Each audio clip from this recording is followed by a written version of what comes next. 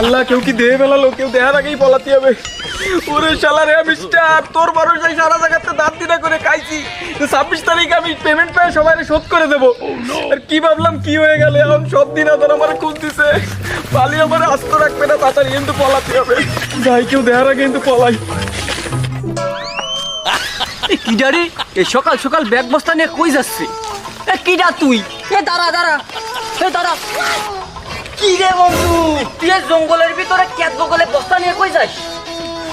বন্ধু, আমার সব শেষ হয়ে গেছে, আমার কোনো গতি নেই, তাই দেশ ছেড়ে ইন্ডিয়ায় পলাই যাচ্ছি।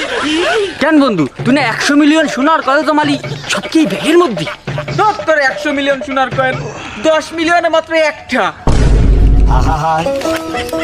আমি পারি না আর পারি না, আমি কেন মরি না।